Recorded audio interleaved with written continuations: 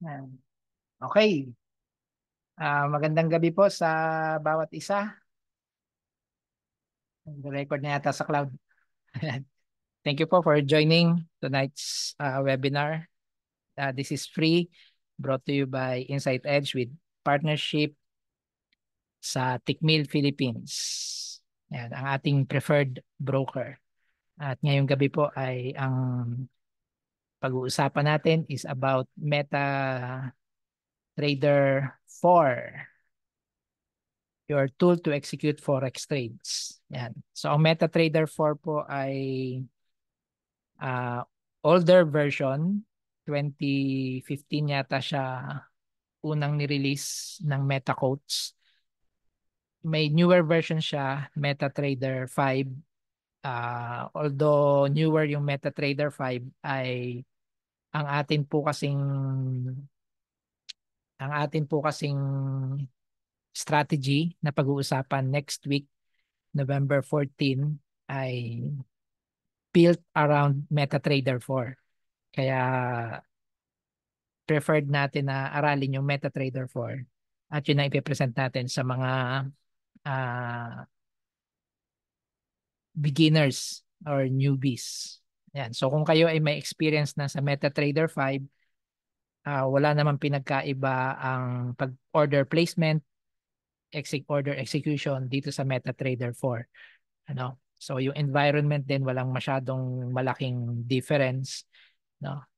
Yung menu system almost similar.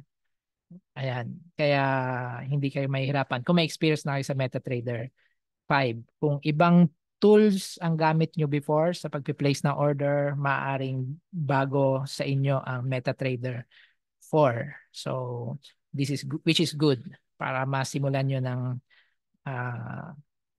matutunan kung ano ang capability ng MetaTrader 4. Kung galing kayo ng TradingView, yan, medyo maninibago kayo sa tools na available sa MetaTrader 4. Medyo rigid, stiff. Yun nga.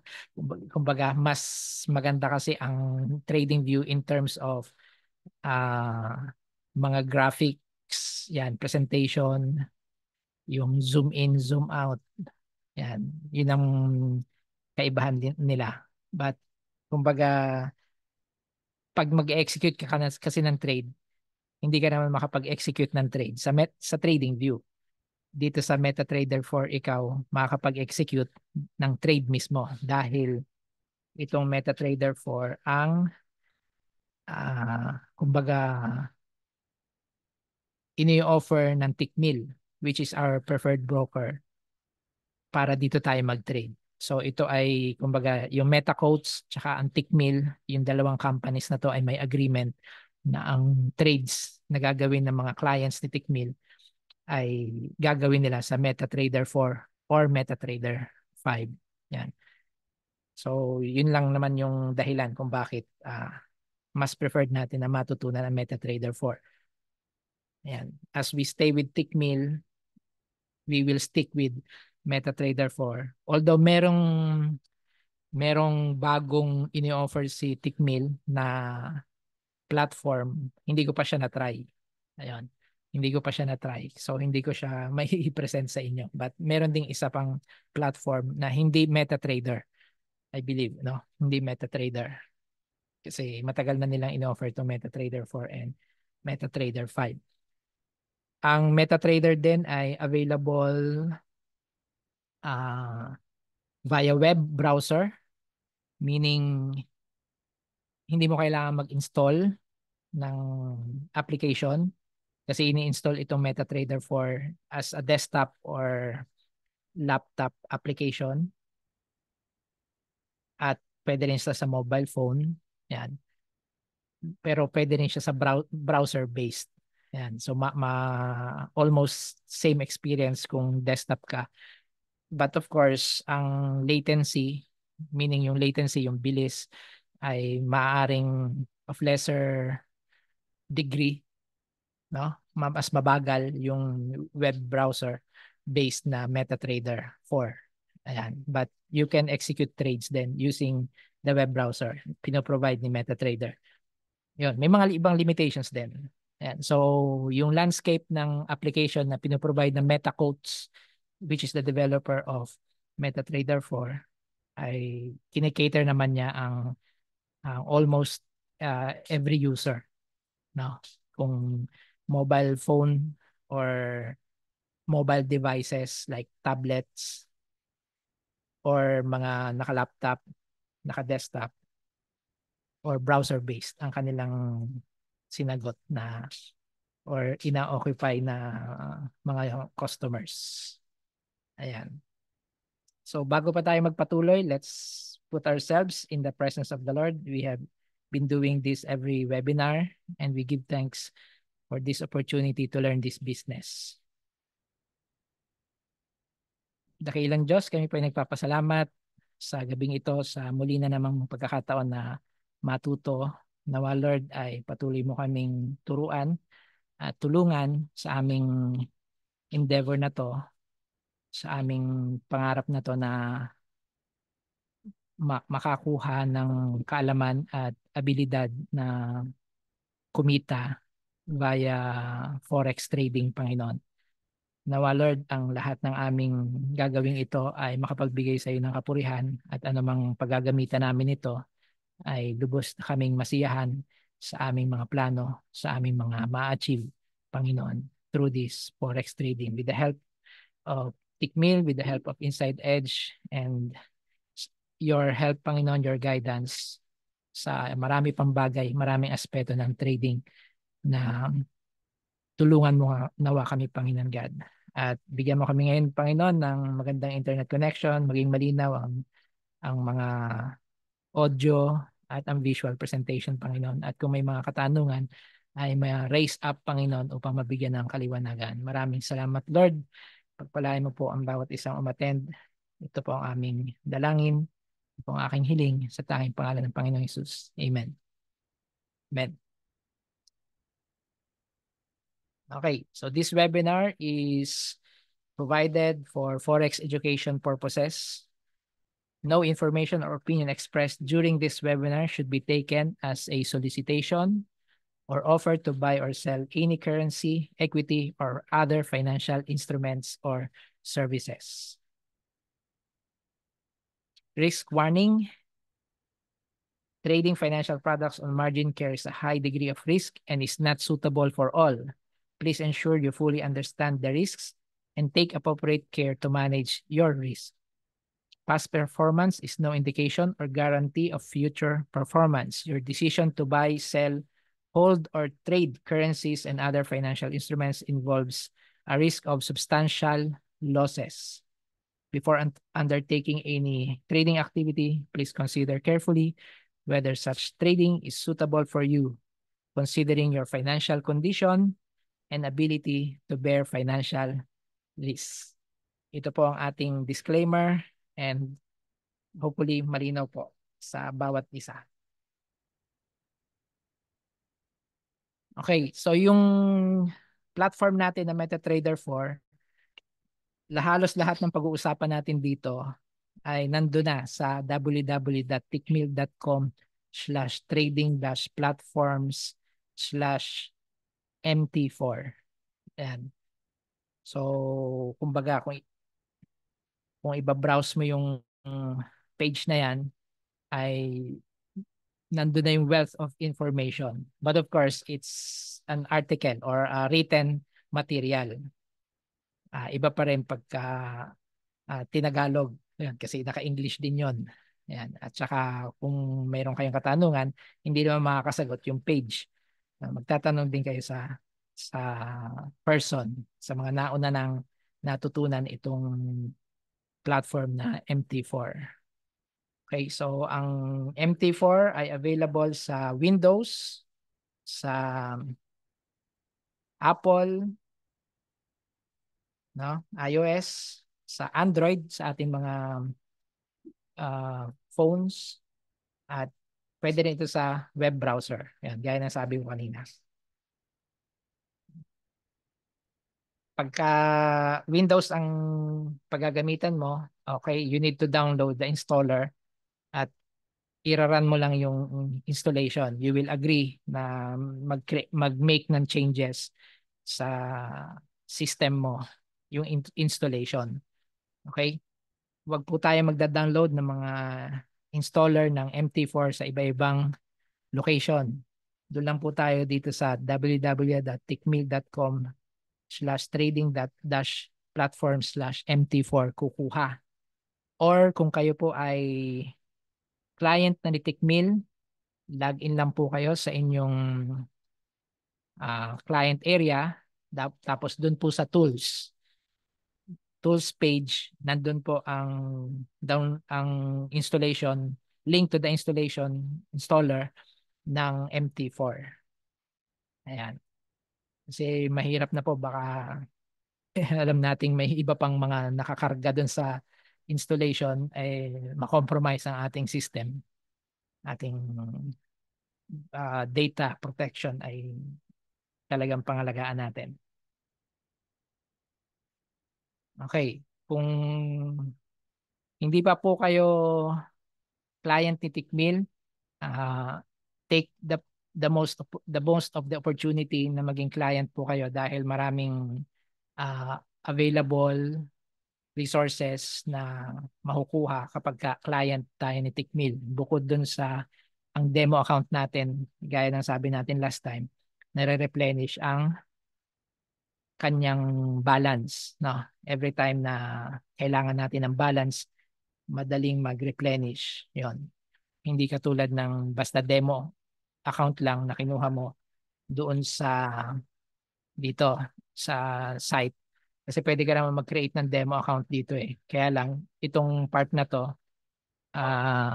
once na maubos na yung account, balance niyan, you need to create another demo. Yan. So, pag nakapito ka namang kaka-create, yung pangwalo mo, hindi na pwedeng gamitin yung same email address. So, you will need to create another email address para maka-create ng bagong demo account. Pero pag ikaw ay client na ni Tickmill, yan, replenish lang ng replenish. Iisang demo account lang ang gagamitin mo. Okay, so yung page na to na kung saan nandun na MT4 ay ito yung kanyang wealth of information.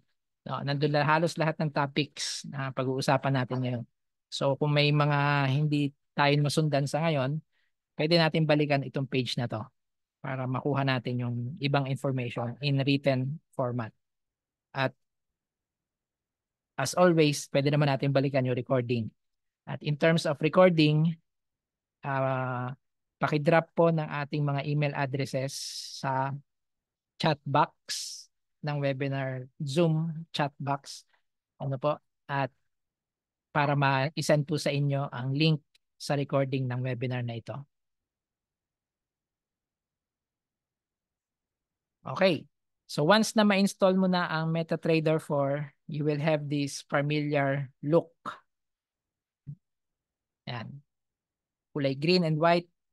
Tapos ang daming linya, grid, naka-grid. Yan. So may mga iba-ibang kulay.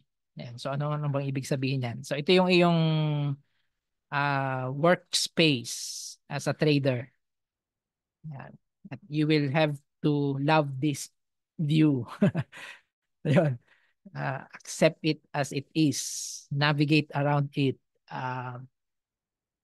Hanapin mo ang mga shortcuts para mapabilis ang iyong execution. At ito ang magiging kasama mo matagal, no? Ka-partner mo sa pagtitrade, sa pagkubra ng mga profits na nasa forex market. Ayan. So isa-isa, ang mga importante lang muna ang aking isa-cite na parts ng page, no, ng application. Okay. So yung isang importanteng part ay the menu. Yan. So which is familiar tayo kung naka-Windows based. Nandun ang file, menu, view menu, insert, charts, tools. So marami pa siyang sub-menu dyan sa mga yan. Okay, so pag sinabi nating menu, yan yung mga file, view, insert, charts, tools, windows, help. Yan. Kasi meron tayong isang tinatawag din na menu bar or menu toolbars. Yan. Menu toolbars. So pag yung menu toolbars, sila yung mga icons under the menu. Ayan. So ngayon ay nakikita nyo siya. Pero pwedeng sa installation nyo, wala siya. So pag wala siya, pupunta ka dun sa view menu at ipapakita mo siya. Ayan. View toolbars. Ayan. So is apat na klase ng toolbars yan. Yung standard hanggang dito. Tapos yung chart. Ayan, ito. Tapos yung ah, lines. Tapos yung time frame.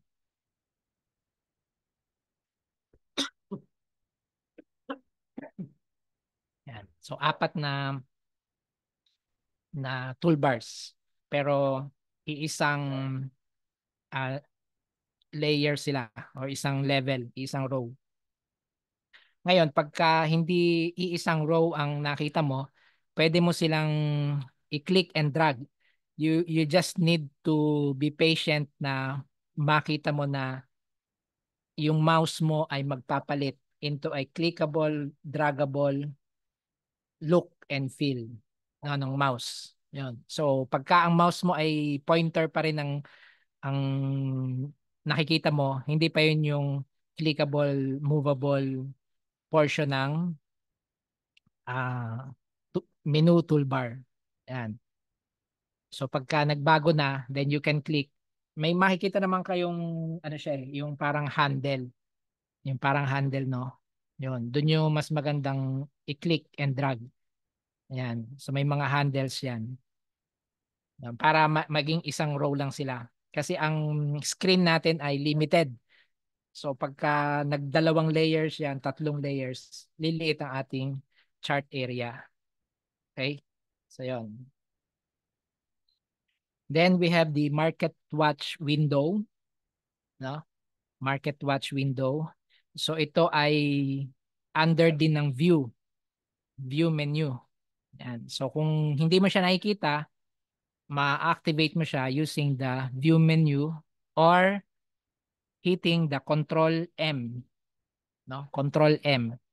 Pag nandyan siya, tapos hinit mo yung control M, mawawala siya.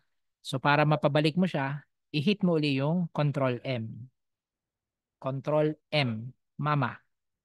Yan. So dito sa Market Watch, nandito yung ating mga currency pairs or yung mga gusto nating i-trade or yung mga gusto nating makita ang kanilang chart. Yan. So diyan nakalagay. Diyan din nakalagay ang bid, ask, and spread information nung prices ng currency pairs na gusto nating i-trade. Okay, yung next sa default view, sa default layout ng MetaTrader 4 is the navigator window.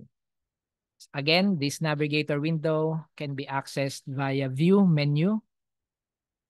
Pag nakikita mo siya, so at gusto mo siyang maalis, yan, pwede mong i-click yung X button para naman maipakita mo siyang muli. Pwede pumunta ka dun sa view menu, tapos hanapin mo yung navigator. Yan. Pag-click mo doon, lalabas siya. Or Control N. Nancy. Control N. Yan. So, para lang siyang switch. Pag kinontrol N mo siya, at dahil wala siya dun sa view, lalabas siya. Pag nag-control N ka uli at nasa view siya, mawawala siya. So, para lang siyang on and off. Okay? So, dito naman sa iyong navigator, dito ka magla, uh, magla-login ng iyong trading account kasi meron diyang portion na accounts menu, no, or accounts folder. Ayun. So doon mo i-navigate, i-right click mo lang siya, tapos may selection doon na log into existing trade account or log into a trading account.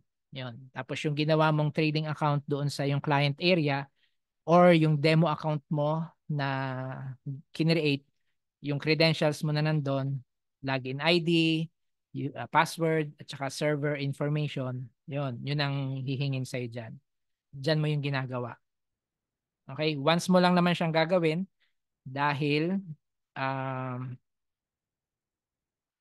dahil every time na once na naging successful na yung pag-login, every time na maglo-load ang MetaTrader 4 ay gagamitin niya yung login, last trading account login na ginamit niya. Okay? Yan. So marami pang information dyan sa Navigator na hindi natin itatouch ngayon. Next week natin itatouch.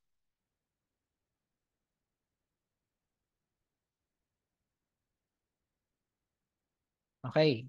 Ang isang importante ding parte ng ating MetaTrader 4 is the terminal. Terminal, ang tawag sa kanya dito sa MetaTrader 4. Sa MetaTrader 5, ang tawag na sa kanya ay toolbox. Yan. So dito sa terminal ng MetaTrader 4, marami siyang tabs, ano? Yan. So ang pinaka-importanting tab diyan ay yung trade tab. Kasi dito mo makikita sa trade tab ang list ng mga pending orders mo at saka mga active orders, which is uh, separated by this balance information or this rectangular gray area uh, section ng trade bar, trade panel, trade tab. Ayan. So sa bandang taas niyan ng gray area na to, yung balance, doon mo makikita yung active orders. Pagka meron kang active order.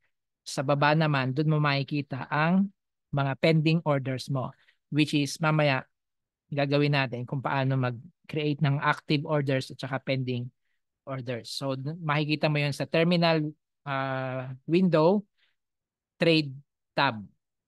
Okay, so marami pa siyang tabs. Ang isang mahalaga dito ay yung journal, no? Kasi sa journal tab, dito inilalagay yung ilang mga error messages or yung mga statuses nung ginagawa mo, may feedback kang makukuha dyan. Like, for example, pag nag-login ka dun sa accounts, tapos parang walang nangyari. Yun, makikita mo dito sa journal yung information kung ano yung nangyari dun sa pag-login mo. Hindi ba makakonect, walang internet connection, invalid login ID, etc. etc. Dito mo makukuha yon. Okay? At marami pang tabs na nandyan. Inyo na lang itingnan, no? I-navigate. Yan, for you to check on. Okay. So, ang next section sa MetaTrader 4 na ito ay yung ating mga uh, chart window.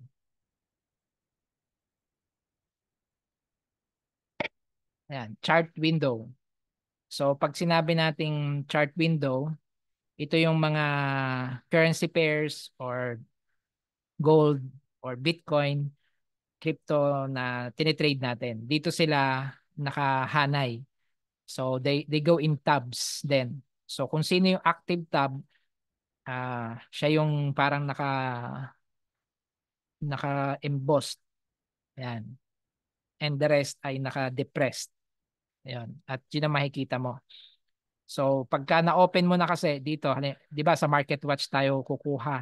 Sabi natin, dito tayo kukuha ng gusto nating makita. Once na right click natin 'yan, halimbawa kunin natin yung as SAU USD or gold. Gusto nating makita ang chart niya. So i-right click natin 'yon, tapos chart window, lalabas yun dito sa magkakaroon ngayon dito ng panibagong tab, which is yung SAU USD. At siya yung magiging active, no? Pinaka-active na tab. Ayan. At makikita mo yung chart niya, ilo-load niya. Yun. So kung gusto mong balikan yung iba mong na-open, Hindi mo kailangan mag-open ng bago. Dito lang sa chart tabs mo pipiliin. Next section is itong mga tinatawag na indicator windows. Yan. So meron tayong maraming indicators na pwedeng gamitin. Malalaman natin yan sa Thursday. Yan, sa Thursday, aaralin natin yung mga ginagamit natin doon sa ating strategy. At meron tayong mga indicators na may sariling window. Yan. So dito sa example na nakita natin sa screen, meron siyang ginagamit na tatlong indicators na may kanya-kanyang windows, no? Separated. Okay? Meron din kasi mga indicator na kasama nung tinatawag nating candlesticks. At ito ang tawag natin dito sa area na to ay chart area. Yan. Or simply chart. Pag sinabi natin, punta ka sa chart mo. So, ang chart mo ay ito lang. Yan, yung context, yung concept ng chart pag yung sa usapan natin. Ito 'yon, yung candlesticks, yan, whatever is in this window, this is your chart. Kasi nga may separate window ang indicators. So, ang indicators hindi technically chart naman lahat to, no? Chart window, pero just to specify na pag sinabi nating chart area or the chart itself, iyon yung candlesticks na tinatawag at ito yung area na to, yung may grid, yan, tsaka mga separators. Okay? Yan.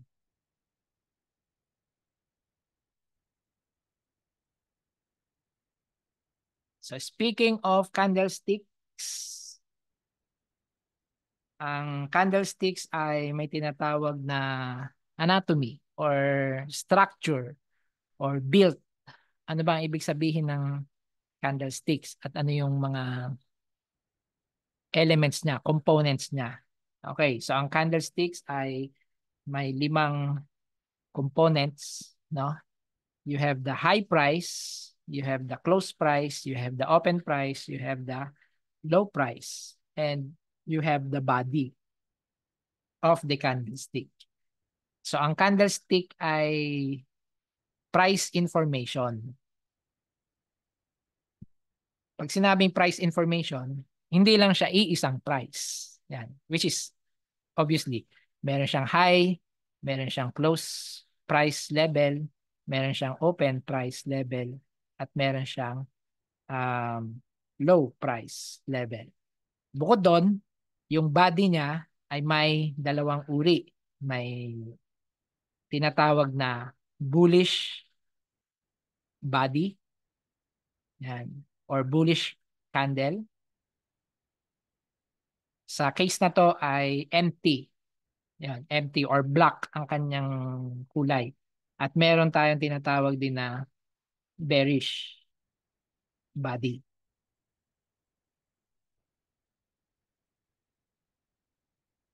Yan. At ngayon, represented siya by white.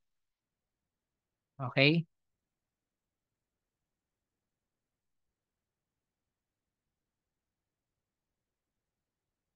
So, ang bawat candlestick ay may price sequence of prices na information na dala-dala.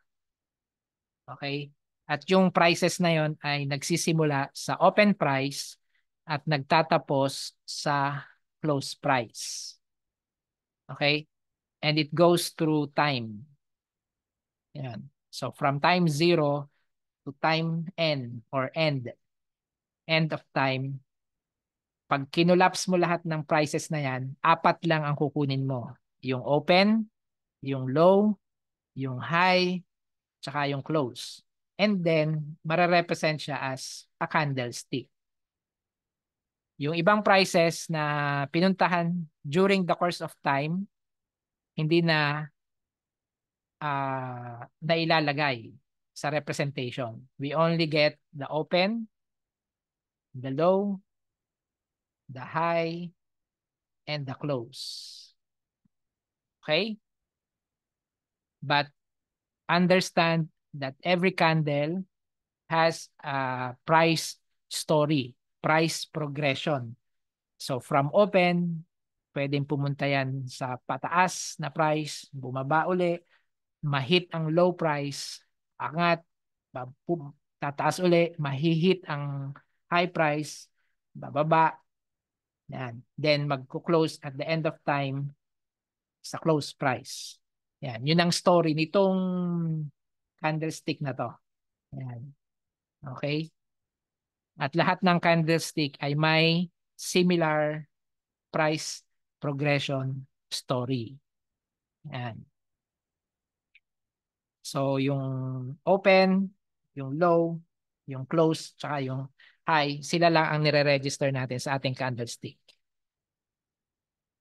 Now, pagka bearish ang iyong candlestick, bearish ang body, yun, it's a different story. Magsisimula sa open, magtatapos din sa close, magre-register din ng kanyang high price at saka low price. Pero anong difference? Kanina, ang close ay nasa taas. Remember? At ang open ay nasa baba. Kaya siya black body. Pero ngayon, white ang body natin dahil ang open nito ay nasa taas. Yon. Ito. Yan. Tapos nag-close siya sa baba.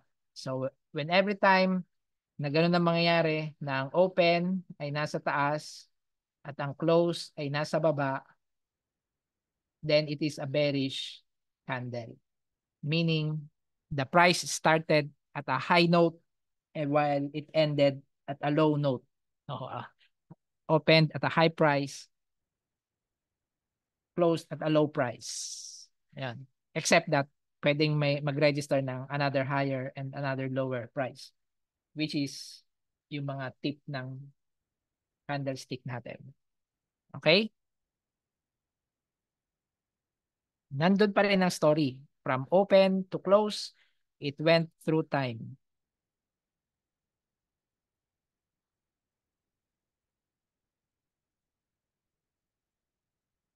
Okay. Now, when that time is 60 seconds, when that time is 60 seconds and you collapse it, then you have a 1 minute candle or represented by M1. So every time na makikita ka ng M1, meaning 1 minute ang naging duration para mabuo itong candle na to. Yan. So sa loob ng 1 minute, pwedeng nagkaroon ng 60 times na pagpapalit ng price or even 30 times na pagpapalit ng price. Doesn't matter as long as nagpalit sila in the 1 minute or 60-second duration.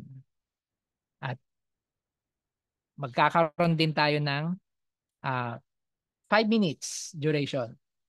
Kung makikita nyo, hindi nagbabago yung drawing. Ibig sabihin, yung time kasi, yung time component. Kaya tayo, ang ini-stress lang dito is yung time component natin. The time itself commands the type of candle or the label for the candle. Kanina, 1 minute candle yon. Ngayon, M5 na.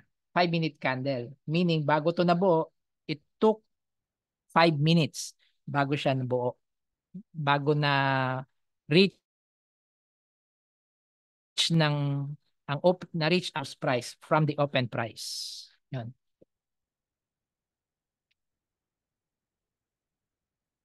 So, ganyan din. 15 minutes, M15. 30 minutes, M30. Walang nagbabago sa itsura, no? Kasi pare-pareho lang naman silang candles, no? Ang pinopoint lang dito is the hour, is the minutes or the duration, kung gaano katagal. You have an H1, you have 4 hours, mas matagal, mabuo ang candle na to, and even 24 hours, daily candles or D1. Parang iisang itsura, pero you have to understand, it took 24 hours bago mabuo yan. W1, isang linggo bago nabuo at 30 days or monthly candle. Ayan. So, I hope na naging malinaw yon. Hindi porket nakakita tayo ng candlestick ay i-assume natin na agad ang kanyang time frame, ang kanyang duration ay 1 minute. Hindi. Dapat malaman natin yon. At ang technical term doon ay time frame. Ano ang time frame niya? Yun ang technical term. Time frame. At yung time frame na yun, makikita mo yun doon sa time frame menu bar.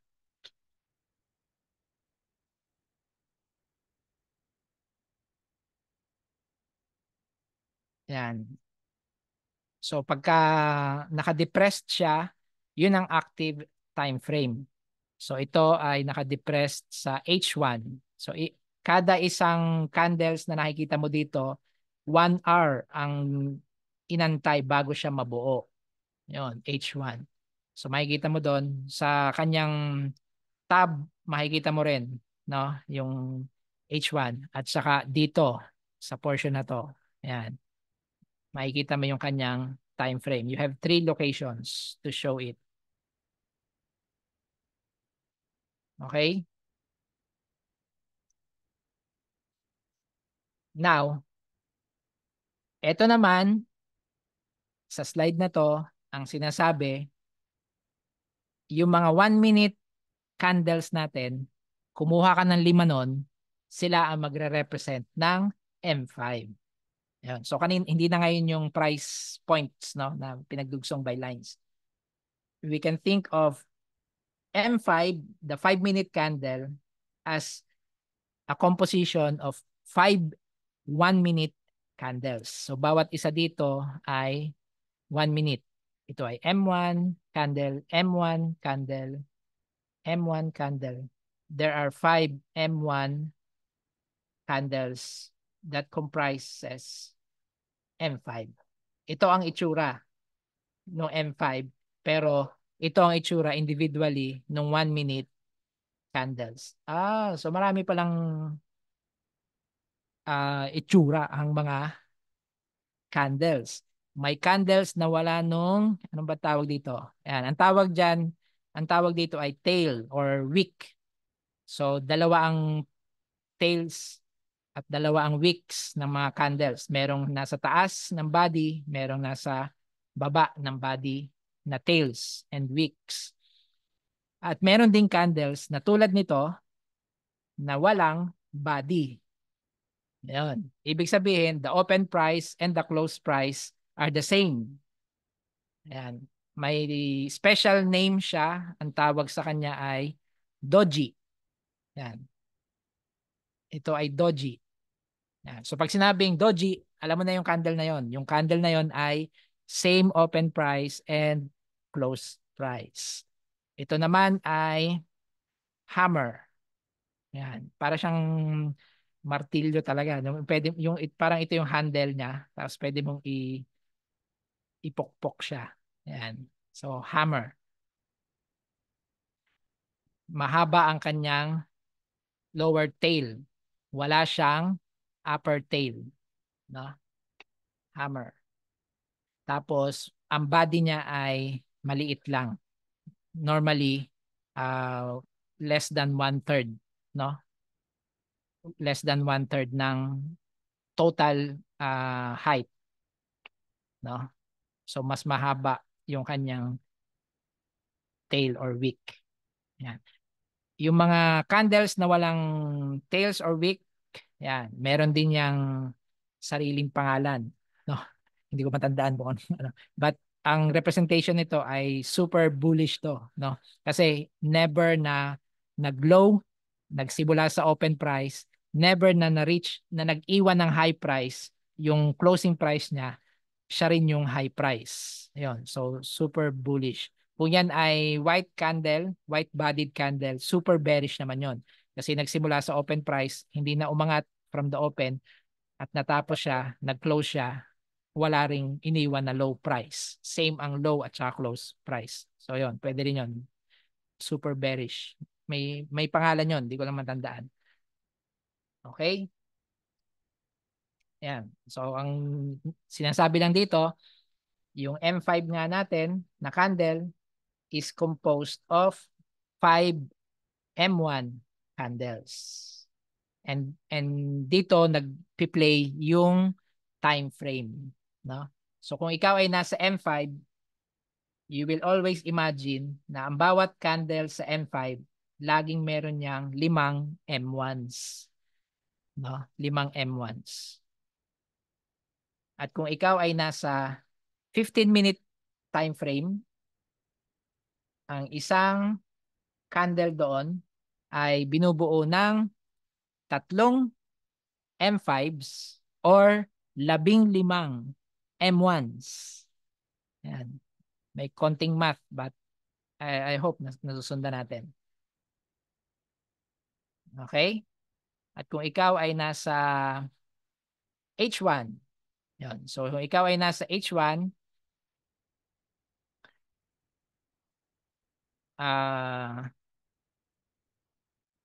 yung H1 candle mo is composed of 4 15-minute candles.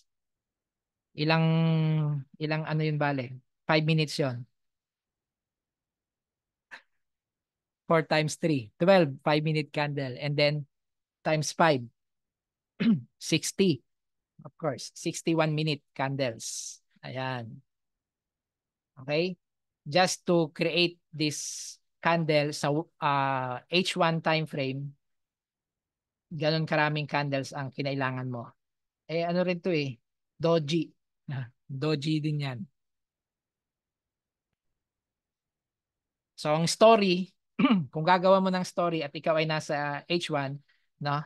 Nagsimula ang price dito, pinataas ng market, pinababa ng market, tapos saka pinataas ng konti, binalik sa open price. So that's the story for the past 1 hour.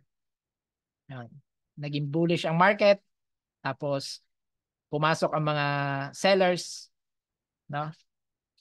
Naging bearish ang market, then bumawi ng konti. Yan. Nag-handshake sila sa same open price. You can create different stories out of that. Yan. Now, ang ginagamit natin yung mga story na ganon to speculate ano kaya yung susunod na candle after this one. Given na yun ang ginawa ng market for the past 1 hour. So for the past 1 hour, undecided ang market.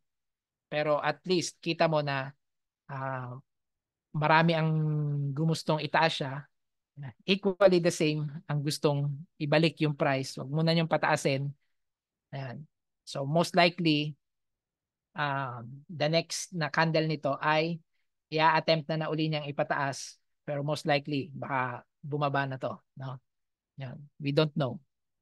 So yun ang importance kung bakit inaaral natin yung itsura din ng candles. Kasi yung mga candles na katulad nito, yan, may ibig sabihin yan. Pinababa ng market ang price pero ginusto rin ng iba sa market ang price na tumaas. Ayan. And given this scenario, sana tataas pa siya. No? Actually, tumaas nga eh. Kasi nag-close siya dito, di ba? Dito siya nag-close. Pero anong ginawa ng market? Yan. Pumasok ang mga sellers or ayaw nung the next 15 minutes, no? The next 15 minutes. Ayaw pa nilang pataasin. Yan. Lumaban sila. Sellers. So, they have the story. That is the story. And yan ang ating story na gusto nating bantayan. Kung magmamarites tayo ng story, yan, story ng prices represented by the candles. Yan. Okay. So in terms of the tool MetaTrader 4, ito ang properties to change the colors of your candle.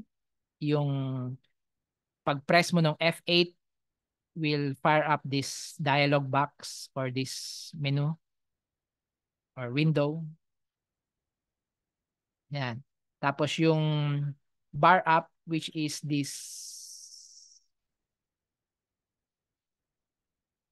edges. Yan. Pero dahil up siya, gagamitin lang siya kung bullish, kung pataas ang price, no? Kung pataas ang price.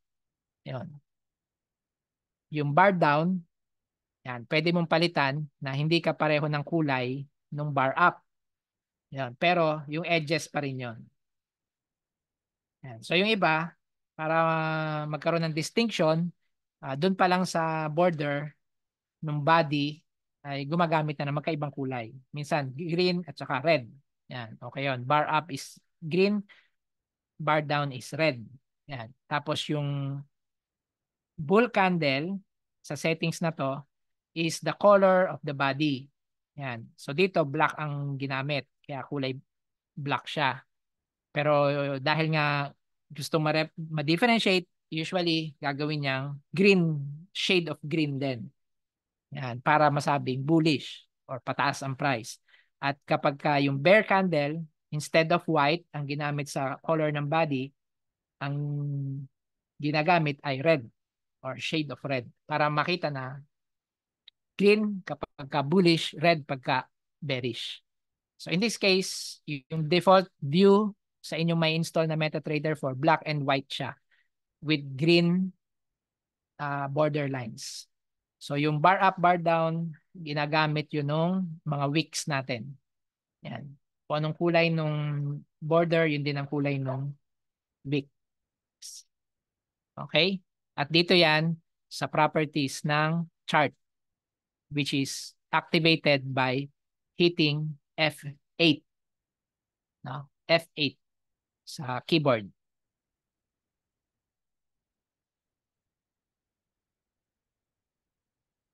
And dito rin natin pinapalitan ng kulay yung ating bid and ask price lines. Oh, pwede natin ipakita yung lines ng current price ng pair na gusto nating i-trade. Pwede na ang bid price ay kasama nung kakulay nung grid. Yan.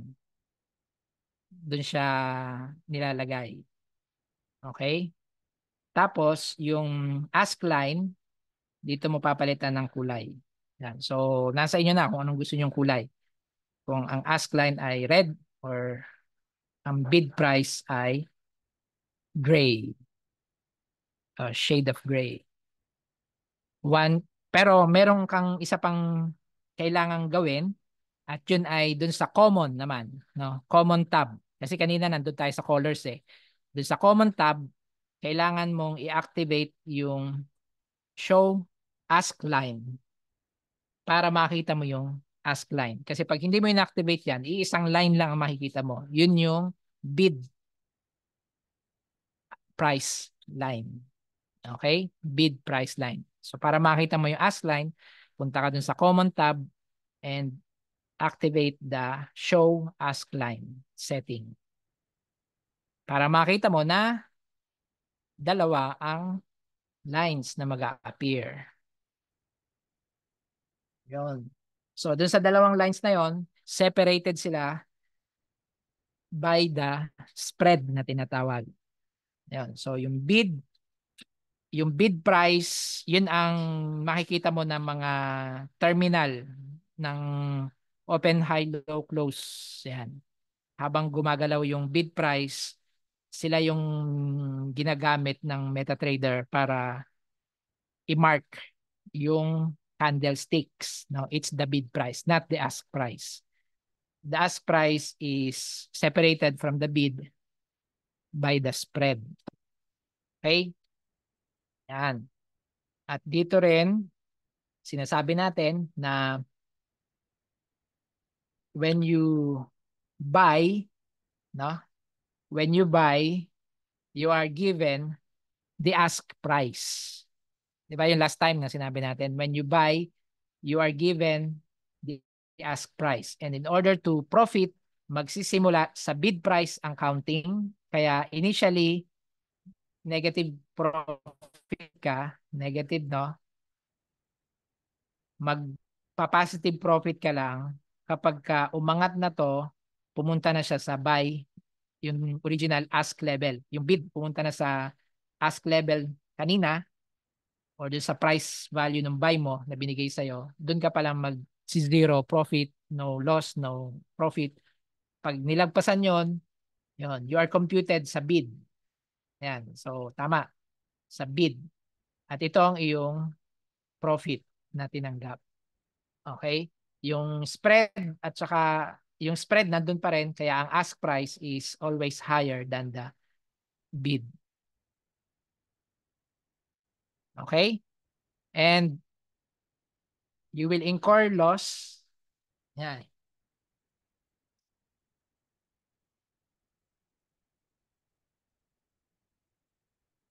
Kapag ka bumaba naman yung price mo, price ng binay mo, yan, you will incur this much losses. Kasi you are computed dun sa bid, no? You are computed sa bid. At ito ang iyong initial loss, no? Negative. Kaya counted na siya pag lalo pang bumaba. Yan. Sabi mo, bet ang haba ng loss. Yes. Kasi dito ka kino-compute eh. So ito na yung initial loss mo. Nung simula mo pa lang na i-take in ang buy level na yan. At dahil nag-move siya pababa, no, you are still computed sa bid price dahil naka-buy ka. Kaya ang laki ng iyong loss. Ngayon, pag sell naman, okay, pag sell, you are given the bid price. Pag sell, dito ka ipipwesto. Yan. Kaya pag nag-move yan, pataas, yan, you loss. Kasi nga, sell. Pag sell kasi ang order mo, ang sabi natin, you expect the price to go down. Eh hindi, market moves the price upwards. Kaya nag-incur ka ng loss. Bakit ang laki ng loss? Yes, this is the initial loss, no? Dahil ang computation mo ng loss ay dun sa ask price. Binigay sa'yo ang position na to, dito ka pinosisyon, pero ang computation mo ng profit ay dito. So yung space na yan, yung spread na yan, yan ang initial loss mo. Ay dahil tumaas pa ang price, yun, kung nasaan ang ask price, doon hanggang doon kino-compute ang loss. Malinaw po. Ayun, kaya doon hanggang doon ang iyong loss. And you take that into account every time na magte-trade ka. So you earn, parang malito.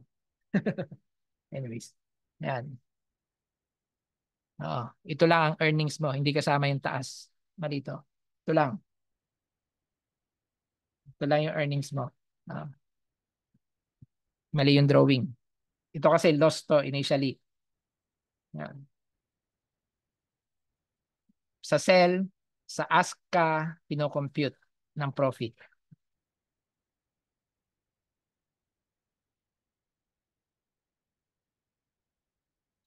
Okay. Now,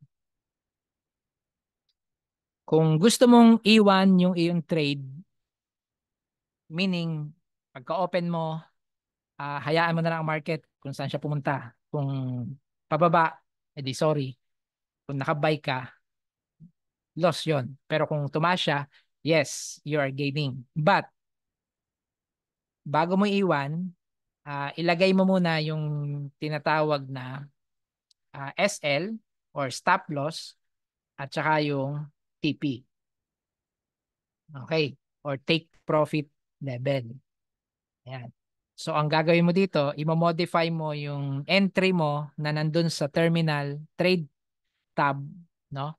Sa taas ng balance row. O, double click mo yung line na yon para ma-edit mo siya, ma-modify mo yung entry na yon, yung active order. Yan, para mailagay mo yung TP at SL. But ito ang guidance kapag ka gagawa ng TP at SL. Kung ang desired TP mo ay sa level na to, ibaba mo siya by spread match. Yan. Huwag dun sa desired TP mo ilagay.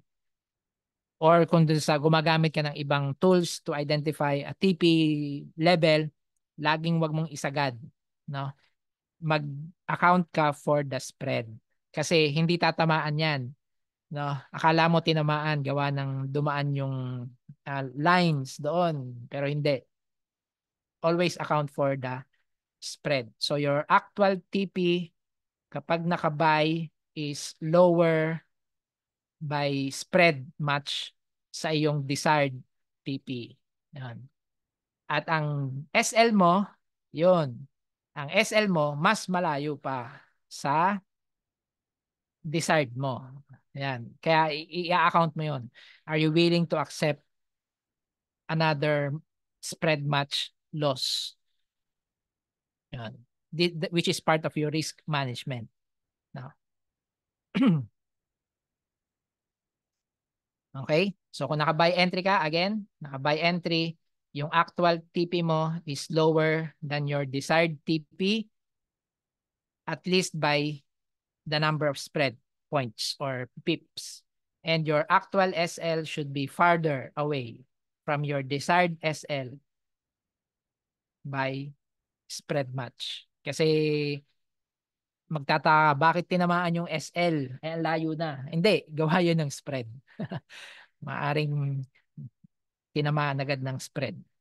Or yung TP mo hindi na-take out kasi ang layo pala. Gawa ng spread. Yun ang dahilan. So you always account for the spread. And ganun din pagka meron kang sell entry. Sa sell entry, we expect price to go down. Kaya ang TP mo ay nasa baba. Ito ang desired TP mo. Pero wag mo dyan ilagay. Bawasan mo, no, by the spread. Yun, mas malapit sa entry mo. Yan. Yung actual TP level na ilalagay mo. Ang SL din, wag doon sa desired mong SL, ilayo mo pa siya by spread match. Yun ang iyong gawing actual SL. So you can you can be protected. Hopefully. Yan. No one knows kasi. You can be protected hopefully by the elongation ng spread later pag naging volatile ang market. Ayan.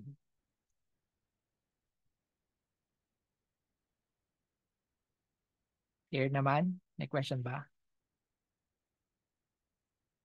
Okay. So, dun po sa mga gusto makakuha ng video recording, paki-drop na lang po ng inyong email address sa ating chat box. Yan. Para ma-send po namin sa inyo ang uh,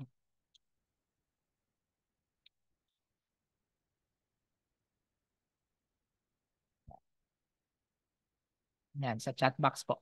Thank you.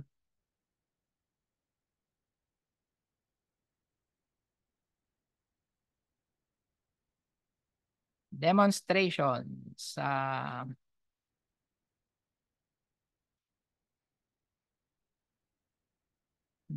anong dito yun? Yan.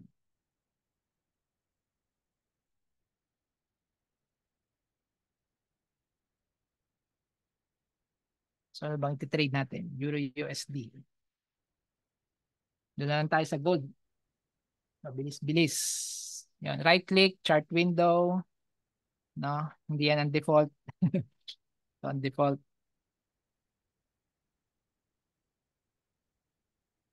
Tsaka, ito yung mga time frame, no? So, ito yung M1. So, it takes time to load.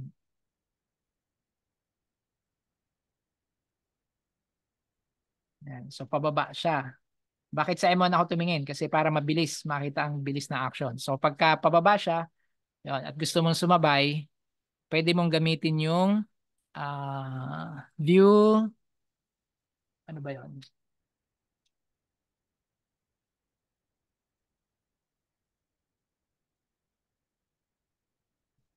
Hindi ko yata alam ang Kung paano ipakita yon. Ano na lang, Alt-D. Alt-T. Alt-T. Tango. Alt-Tango. Ipipress mo sa sa iyong keyboard para lumabas itong portion na to. Yan. Yung quick one-click button. Okay. So sa one-click button, ito yung mabilis ang pag-entry. So nakikita mo bumabagsak. No. Make sure lang, no? Make sure na yung lot size ay 0.01 ha. 0.01. Kasi pagka malaki siya, yari ang account mo agad. Gold pa man din. So, in-expect natin, bababa pa to. Yan. So, yun ang analysis natin. So, i-click natin tong left side, which is sell. Pag-click mo nun, teka, dapat, ano siya, mag-execute agad siya. Hindi. Okay. Pag hindi siya Pastors, nag-execute, nasa yes option po. po. Pa? Nasa option po ang one po. Apa, Nasa apa. option. Thank you, sir. Thank you, sir. No. Nasa options, Control O. Yan. Control O. Trade. No? So, kung hindi nag-execute agad, Control O, trade, and then, yon one-click trading. Yon. Okay? Control O, then trade, one-click trading. Yon. Tatanungin ka kung i-accept mo yung terms and conditions ng one-click. Ibig sabihin, execute agad. Okay. Then, okay. Ayan. So, nagbago ng landscape. Pataas na siya. Okay. So, sabay tayo. Yon, one click. Nakita nyo? Kinilik ko yung nasa right side, which is buy. Pataas siya. Nagkaroon ako ng entry sa baba. Yan o. So, nagpo-profit siya. Yun, makikita nyo yung umaangat yung profit. Pwede nyo i-close. Yan. Close agad. Gagamitin nyo lang yung X mark doon sa row na yon na gusto mong i-close. Yan. So, sige. Entry pa tayo ng isa. Isa. Yan. Okay. Ngayon, yung paglalagay ng SL at TP, dahil naka one-click trading ka, napakadali. Ang gagawin mo lang, ilalagay mo yung mouse visually doon sa ano. Teka. Control O ulit kasi initially by charts tapos use alt key. Yon, alisin mo 'yon muna, no? Alisin mo muna 'yon. Yan, para pag lagay mo ng mouse, makikita mo magbabago ang itsura ng mouse. Pwede mo siyang i-click and drag. Pag nakabay ka, pag kinilik and drag mo pataas, yun ang TP level. Pag click and drag pababa, yun ang SL level. Okay? So malalaman mo ang amount niyan by hovering. Yun, ilalagay mo lang yung mouse doon. Yun, magdi-display siya kung magkano yun. Ang profit mo daw ay 0.63 USD kasi naka 0.01 lot size ka. Yung SL mo naman is 0.74. Ayan. Okay? So, ganun kadali pag naka one-click trading. Paano siya ginawa? Click and drag pataas. Pagka naka-buy, yun ang TP. Ayun, na SL tayo. Kita nyo? Once na tinamaan, dinaanan ng price, yung mga SL at saka TP, automatic, tinitake out siya. Kinukuha siya. Ayan. So maraming pamamaraan kung paano mag-set ng SL, ng TP, but hindi natin concern ngayon yon. Ang concern natin is, for now, is paano sila nilalagay. How do we place that? Okay. So, try ulit tayo. Sell naman. Ayan. So, naka-sell tayo. Pag hinila mo to pataas, SL yon. Kasi naka-sell ka eh. Pag hinila mo to pababa, TP yon. Kasi naka-sell ikaw. So, once na itong price na to ay bumaba, no? At dinaanan itong TP na to, magko-close ang entry natin. Okay? So that is one way to place an order using the one-click trading approach. Paano yung mas mabagal? Kasi ang bilis eh. Parang ang bilis. Paano ba mas mabagal? Ang pinakamabagal na pag-entry ay ipipress mo yung F9 para lumabas itong dialog na to. Okay? Ipipress mo yung F9 para lumabas itong dialog na to. Or ipipress mo tong new order. Ayan. Sa menu bars, menu toolbars, new order para lumabas yan. Or pupunta ka dun sa tools, tools menu, the new order or F9 nga. Yan. So ito yung mabagal. Yan. Okay? So kung gusto mong mag market execution, yan, ibig sabihin i-execute niya agad yung price na gusto mo, yung order mo. I mean, yung order mo. So ipipress mo lang kung sell, yung kulay red dito, or buy. Yan, dito. Okay, tingnan nyo, pansinin nyo. Dumaan na yung price, hindi pa na take out because of the spread.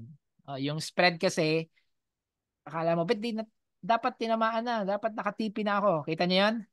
Oh. No, naka-drawing na oh. Sasabihin nyo, may mali sa system. Hindi. It's the spread. You are being computed dun sa, nakasell tayo, no? Dun sa ask price. Kaya, ibig sabihin nun, hindi pa dumaan dun yung ask price. Dumaan na yung bid. Kasi yung bid ang ginagamit ng system to mark, to draw the candles, no? Yan, but dahil nakasell tayo, we are computed not on the bid. Okay? Yan. So, yan, classic example. So, dito sa ating order button, order dialog box, order window, yan. Kung gusto mo mag-buy, i-click mo lang siya. Yun, at dadalhin niya yung sa server. Yun. So ito yung buy natin, ito yung sell. Unfortunately, walang distinction ang buy and sell in terms of color. Meron lang nito nasa uh, left side. Yan, dito mo malalaman kung naka-buy or kung naka-sell. Yan, meron namang note doon. Yan. Or makikita mo siya sa baba. Yan, kung anong type of order siya, buy or sell. Yan. Yun, tinamaan na naman ng drawing pero hindi pa rin nati-take out. Yan. It's because of the spread. Ang spread ng gold ay, yun, na-take out na, tinamaan na. Ang spread ng gold ay how much? 24 points. Yun, 24 points. Naglalaro dyan sa 24 points. Okay? Yan, exciting, no? Hindi lahat ng pairs ay ganyang kagalaw. Gold, magalaw talaga. Kaya kung baguhan kayo, iwasan niyo muna ang gold. Baka kayo hindi makahinga sa bilis ng galaw niya. No? Yan. Mahirap mag-catch up. Saka nyo na i-trade ang gold pagka nasanay na kayong tumingin sa chart. Mabilis na kayong maglagay ng orders. Alam nyo na kung paano yung mabilis ang pagpupwesto ng mga SLTP and all. Okay? So, try mo na Euro USD, USD JPY, yan, yung mga USD pairs. Ibig sabihin ng USD pairs, lahat ng pairs na may USD sa kanilang quote currency or base currency. Yan. Okay? So, yung ating buy ay negative. Yan. Mabilis din tumakbo ang gold. Kaya kahit na 0.01 lang ang iyong lot size, mabilis siyang mag-increment ng losses and of course increment ng profits kung tumatama ang iyong hula, no, sa pupuntahan ng price. Yun lang naman ginagawa natin eh.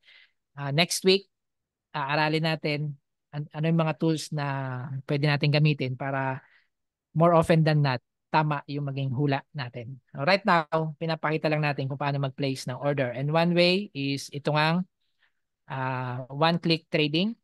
Another way is yung new order button or F9. F9. So, pag-click mo ng F9, wait. Teka lang ha. Hindi nagre-respond ang aking screen.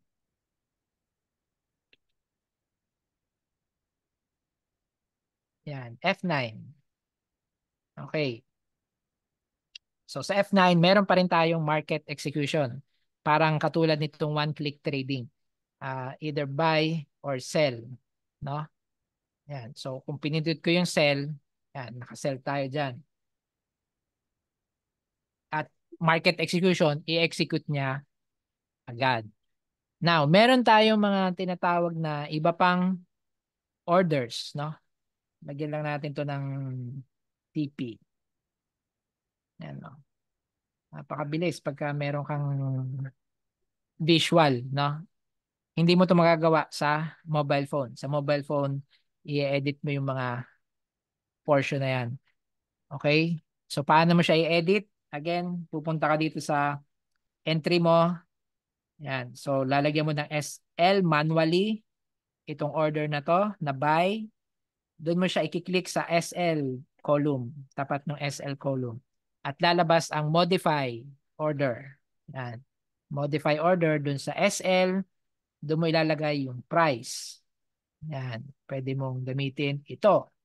Yan. Which is 2,000 points draw ang layo niyan from the current price. Okay? So pag click mo noon, modify, pa-plot na niya. Oh, ba't nasaan yun? Okay. Nandun yun sa taas. 2,000 pips away. Ayun, nasa baba pala. Ayun o, 2,000 pips. Nakabuy pala to. Yan o. So, click and drag mo tong price column na to para ma-stretch siya. Yan o. So, nandun ang SL niya. 2,000 points. No? Or 200 pips. Yan. Kung yung isa naman ang i-edit mo, yung iyong sell button, sell order, lalagyan mo ng SL, tapat ng SL column, doon mo i-double click para lumabas ito. At kung gusto mong palitan ng points, yan, gawin mong 1,000 points or 500 points lang. Yan. Tapos i-click mo tong copy as, yun, nalagay niya. Or pwede mo rin namang i-key in yung gusto mong SL. Pag click mo ng modify, malalagay na siya. Yun. Yun ang SL, nasa taas, SL ng sell order mo. Which is, this is the sell order, this is the buy order. Okay? Yan. So, yun ang ginagawa natin kapag ka nag-place tayo ng order. One way is one-click trading. Lagay mo muna agad yung price. Pumwesto ka agad bago mo saka isunod yung SL at TP. Either through the dialog box or click and drag nung entry mo. Okay? Or kung alam mo naman at planado mo ang iyong order, doon mo na ilalagay. Yan, dito. Bago mo i-click itong red at saka blue, ilagay mo na yung TP mo, ilagay mo na rin yung SL mo doon. Price. Yan, kikiin mo. So, kailangan marunong kang magbasa ng price value, nasa ng pips, nasa ng 100 pips, 10 pips, ayun, para doon mo lang ipa-plus minus. No? Kung nakabay ka, plus yung TP, minus ang SL. Kung nakasell ka, minus ang TP doon sa price, no? Minus ang TP, then plus yung SL. Ayan. Diniscuss na natin to sa prior webinars natin. Balikan na lang natin yung video na yon. Okay? Yan. Now, merong mga ibang orders na tinatawag na pending orders. So, hindi sila active order agad. Nag-aantay waiting orders to be fulfilled. Meaning, nag-analyze ka ng market, nakita mo ang market ay parang yan, nagre-range lang, no? Ayaw mong makigulo. Kasi dito, kaya't baba lang yan, kaya't baba. Ang gusto mo, dito ako pupwesto. Yan. Palitan ko ng kulay. Gusto ko, dito ako pupwesto. Yan, kasi labas na to nung range na yan. Okay, so paano ko gagawin yun? Yun yung tinatawag natin na pending order. Yun. Pending order.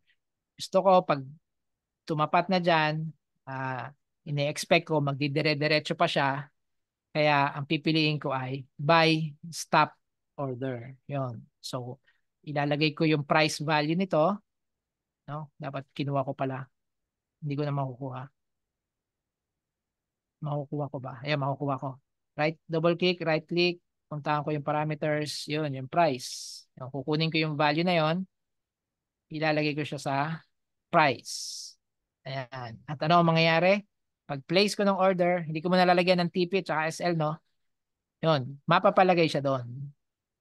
Yun, no? So, anong ibig sabihin nun? Nag-aantay lang siya ng order.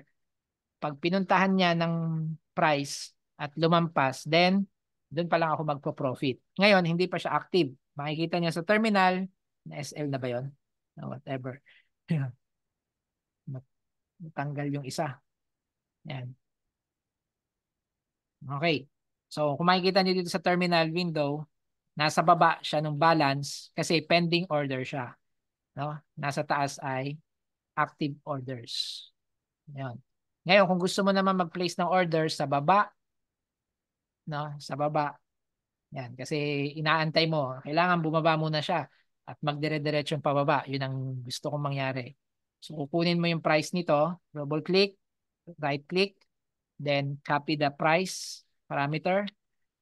Yan. Tapos, punta ka sa new order, type ay pending order. Yan. Ang gagawin mo naman ay sell stop. Meaning, ang ine-expect mo na dadaanan niyang price na yan at magdedire-diretso pang pababa. Ayun. So, i-place mo na siya. Pag, pag-click mo ng place, nandun na yung order. So, ang kailangan mangyari sa buy stop at saka sa sell stop na yan ay daanan. No? Daanan sila ng price at lagpasan pa. Okay? Para mag-profit tayo. Okay? Yan yung isang type ng pending order. Yun, mga nag-aabang sa direksyon na pupuntahan. Okay. Meron pang dalawang type ng pending order. So, para maalis itong mga pending orders na to, click mo lang yung X doon. Yan. So, nagbago isip mo. Hindi na pala ganun. Iniisip mo na ano lang to, kunwari lalabas dito sa box na to, no? Kunwari lalabas lang 'yan. Tapos babalik 'yan. Ang direction talaga niyan pababa. So, ang gagawin mo, kukunin mo yung price level na to. Yan. Okay? Kukunin mo yung price level na yan. Tapos, maggagawa ka ng order, pending order, which is sell limit. Bakit sell limit? Dahil, ine-expect mo na pupuntahan ang price na yan, lalagpasan ng konti, pero babalik ulit pababa. Yan. Kaya naka-sell ka dapat. Kasi sell means pababa. Ngayon, nag-aabang lang siya, napuntahan siya, pero hindi magdidire-diretso yung price na yan. Pagdating niya doon ay bababa rin yan. Okay? So, yun ang idea ng sell limit. Yan. Pwede mo siyang i-drag, no? I-drag hangga't hindi pa siya active, no? Hangga't pending order pa siya. Yan. Kung gusto mo nang isabak siya, no, ilapit mo na siya doon. Yan. So that is one way of changing the order. That is a sell limit order. Ngayon, may counterpart siya, yung buy limit. So, ang idea naman ng buy limit, pupunta dyan yung price, bababa yung price. Pero hindi yan magtutuloy-tuloy. Pagdating niya dun sa price level na yun, babalik yun, pataas. Kaya dapat nakabuy ako by that time. No? So, for example, itong ating kukunin natin na price na yun. Yan, mag-place ka ng order, pending order siya, buy limit naman siya. No? Buy limit. So, paste mo siya, then, ayun. Pagka-place mo ng order na yun, oops, mali, nahila ko siya. Yan. Ito yung buy limit. Yan. So pwede mong ilagay say dito. Yan. Kasi nagre-range, no? Nagre-range, naglalaro. So in-expect mo bababa siya diyan, angat na siya doon pag nahuli siya. Okay? So yun ang buy limit. Sa buy limit, ini-expect mong bababa ang price, pupuntahan yung level na yon, then babalik uli pataas. Okay? In terms of graphical representation, ganito siya. Yan. So yung stop orders natin, ang plano talaga natin or ang ine-expect natin, magtuloy-tuloy ang pagtaas ng price kung naka-buy stop. Kung naka-sell stop naman, magtuloy-tuloy na pababa yung price. Ano lang tayo, sasabay sa daloy. Pero pagka limit orders, ngayon ay pataas ang price, pero darating dun sa price level na yon na magre-reverse siya. So magiging sell na kasi pababa ang price eh. Sell dapat ang ginagamit natin na order doon. At ang counterpart niya, pababa ngayon yung price pero darating sa level na to na magre-reverse siya at nais natin na makasabay tayo doon. Kaya meron tayo doon buy limit order. Ayan. Malinaw po ba? O, yan ang paglalagay ng ating mga orders. At ang mga orders natin ay depende sa anticipation natin na pupuntahan ng price. May questions po ba? Tingnan natin yung chat box. In any case, naka-record naman po ito. Pwede nyo i-review ang ating recording.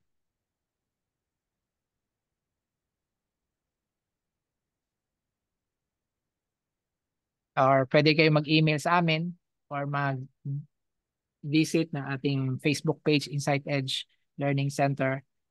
Or kung client na po kayo ni Tickmill, ay pwede kayo mag-request sa private Facebook group natin na Tickmill Philippines. No? Hindi ko pa sure kung bakit hindi pa napapalitan tong number na to. Yan. I-decipher pa namin. Okay? May questions po ba? Yan. Again, we are presenting to you non-traditional business. Kasi sa traditional business, kailangan mo ng office space, ng warehousing, ng products, ng mga empleyado, customers, kailangan mong mag-marketing, mag-sales. Yan, dami mong mga popondohan. Sa forex trading business, ang popondohan mo lang is yung kapital mo. At itong pag-aaral mo na libre pa nga offered by Insight Edge by Tickmill, no? Libre. Yan. And you can do this business virtually anywhere dahil kailangan mo lang internet connection. Okay, so kung wala na pong tanong, last check sa ating chat box. See you on Thursday. At ang ating pong titingnan ay ang ating strategy na magagamit natin to be profitable, no, sa trading, forex trading. Okay, let's close the session with a prayer. Thank you, Lord, sa gabing ito, sa aming mga napag-usapan. Lord, sa mga iba pang katanungan na hindi nalailatag, dalangin namin, Lord, na ito ay masabi, maparating, at mabigyan ng katugunan, Panginoon God. At maging malinaw kung paano ginagawa ang forex trading, Panginoon. At nawa, Lord, ay magamit namin to para pandagdag sa tulong sa aming mga mahal sa buhay, sa lahat na nangangailangan at sa mga tao na mga pangangailangan na gagamitin mo kami bilang katugunan, Panginoon. Maraming salamat, Lord, dahil ikaw ay may pakialam sa buhay namin. Tunay, Panginoon, na pakialaman mo nga po at maging profitable kami para sa iyong kapurihan, Panginoon God. Sa iyong kapurihan lamang. Maraming salamat, Panginoon, kay Ma'am Sally sa Tickmill. Maraming salamat, Lord, sa Insight Edge, kay Sir Alvin. Maraming salamat, Panginoon, sa bawat isa na umattend ngayon. Pagpalain mo po at anumang mga pinagdaraanan sa buhay, bigyan mo Panginoon ng favor, ng mercy, ng grace to carry on this life. And may you find us pleasing, Lord, pleasing you and you alone. Ito po ang aming dalangin, pasasalamat, in the mighty name of our Lord Jesus Christ. Amen. Thank you po. Thank you po. See you on Thursday next week. Bye-bye po.